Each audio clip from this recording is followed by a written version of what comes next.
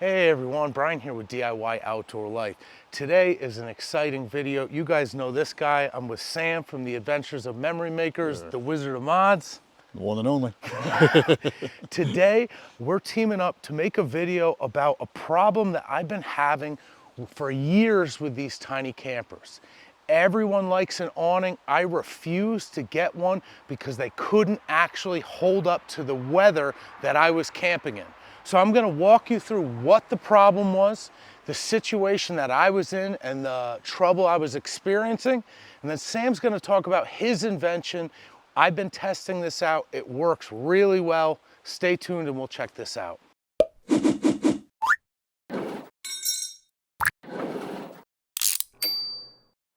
So here is the issue that I've been having for years. With tiny campers, there's nothing nicer than an awning in concept. They're retractable. They pack right up, attached to the camper. There's no pack and it comes with you where you go. And when you are staying for long periods of time in a tiny camper, you definitely want to have some sheltered outdoor space. It might be raining in the morning. It's a nice place to just have a cup of coffee. In theory, these things are incredible. Now, the issue that I've been having over the years and why I've steered so many people away from these is because I'd get a good 10 by 10 or a 10 by 15 canopy, freestanding, like an easy up. I get really excited about Euromax. They don't pay me to say that. It's just I've tried them all and it's rugged. You can move it from one side of the camper to the other or put it over the galley.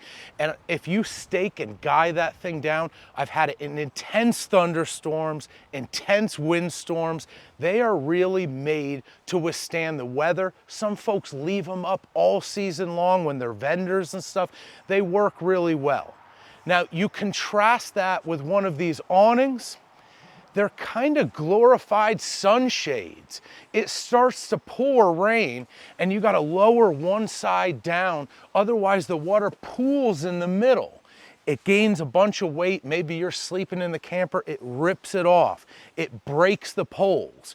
So I talked to you guys a few months back about some of Sam's mods, like this little cross arm support here.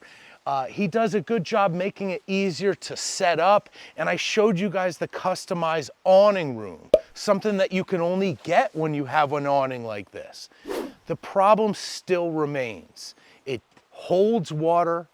When the storm comes and you have to lower one side down to the point where you can't even stand underneath it, what good is a shelter that doesn't shelter?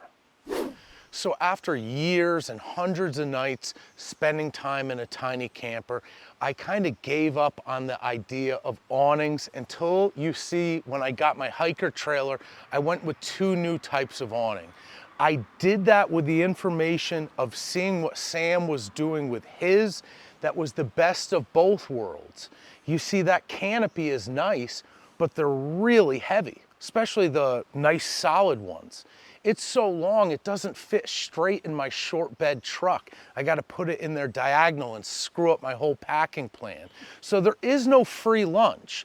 I kind of didn't like the canopies and I didn't like the awnings. So what Sam is going to show you, in addition to what I showed you in previous videos with these supports, is what he did to get the best of both worlds. It retracts like the awning. It's still simple to set up, but it can actually withstand some real weather and you don't have to babysit it. Real exciting stuff. Let's kick it over to him. So like Brian said, these are nothing more than sunshades when they were originally invented.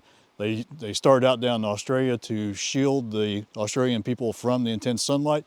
We get them up here in the States, we want 3 season rooms out of them. So, in order to achieve that, they need some help. And I started with the sidearm supports because as I found deficiencies in the awning through our use, I found ways to fix those deficiencies and make them better. It's not a perfect system, but it's really close. And we've been now, this is day 46 on the road for us. We've been coast to coast. We've attended rallies everywhere. We've met owners all along our travels. We've been setting people up with this system, showing them how to use it, and everybody so far has been really excited with it. Brian and I were the only two with the system at the Northeast Bushwhacker Rally. I slept through the storm. I didn't even know it rained until everyone told me the next morning that there was thunder and lightning and heavy rain. Brian was up in the middle of the night. He got some video of his actually, working the way it's supposed to. And I just woke up the next morning, I had a dry awning. That's all I worry about. So it's really simple. I worked a year on this before I ever opened my mouth to anybody just to make sure that it worked. We're still tweaking the design. Brian's got version 1. We have version 2 coming out when we get back to the shop that not only is going to keep the water off the roof, but it keeps our ceiling of our room up off my head without the need of a center pole.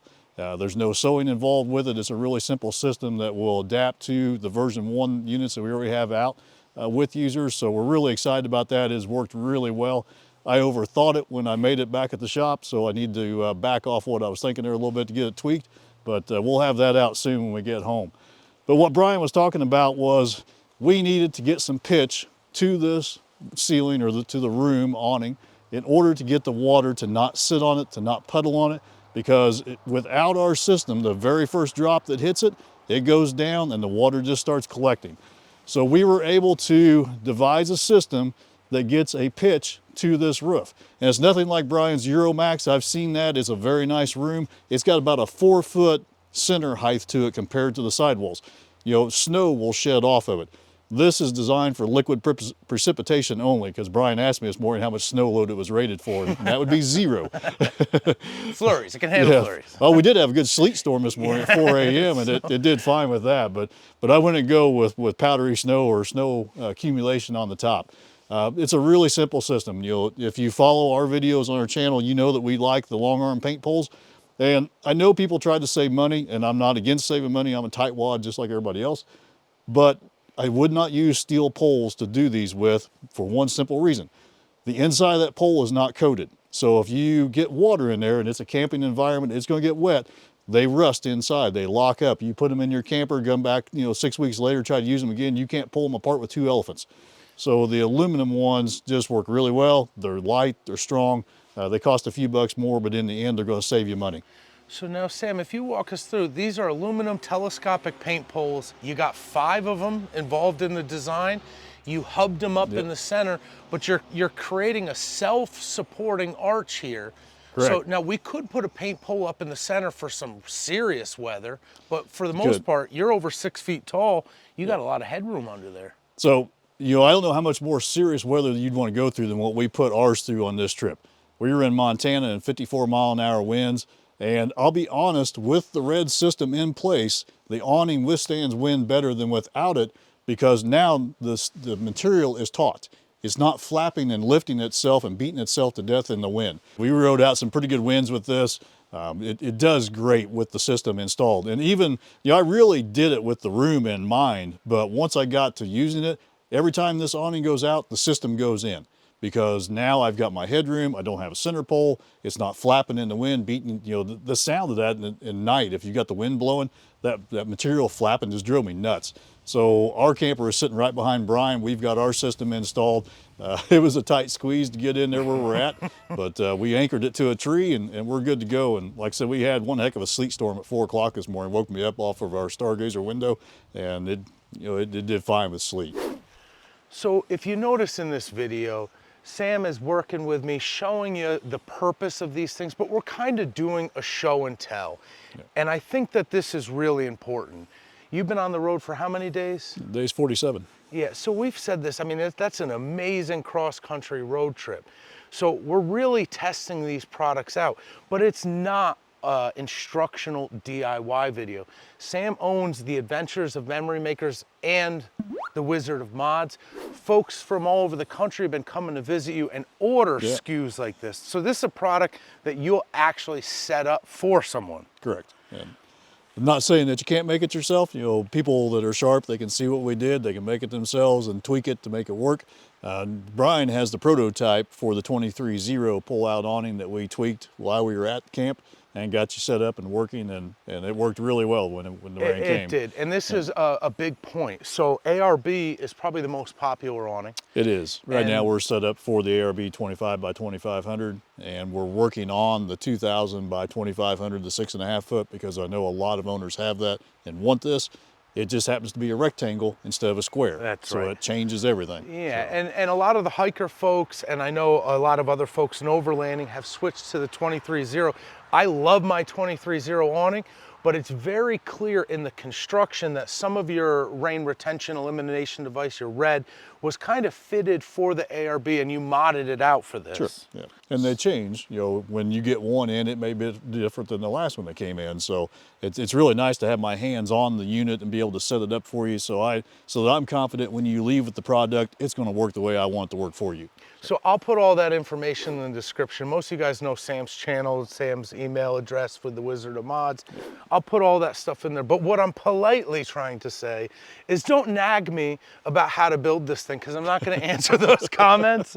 I didn't build my own, because even working with the prototype, it was really clear that you've built a bunch of these now, and you've been tweaking this for a long time. So if you are interested in allowing your awning to actually be a space that you don't have to babysit. Exactly. So we set ours up, we leave it, we forget it. So I couldn't endorse that anymore. I hope you guys, despite the lack of instruction, still appreciate this show and tell. And let me know what you think. If you've had any awning trouble or damage, let me know if you've switched to canopies, or I'm always excited to hear in the comment section how you guys camp out of tiny campers. But Sure thing. Sam, thank you a million. Thank you, Brian. He drove a long way for this instructions. See you guys next time. Thanks for watching. Thank you.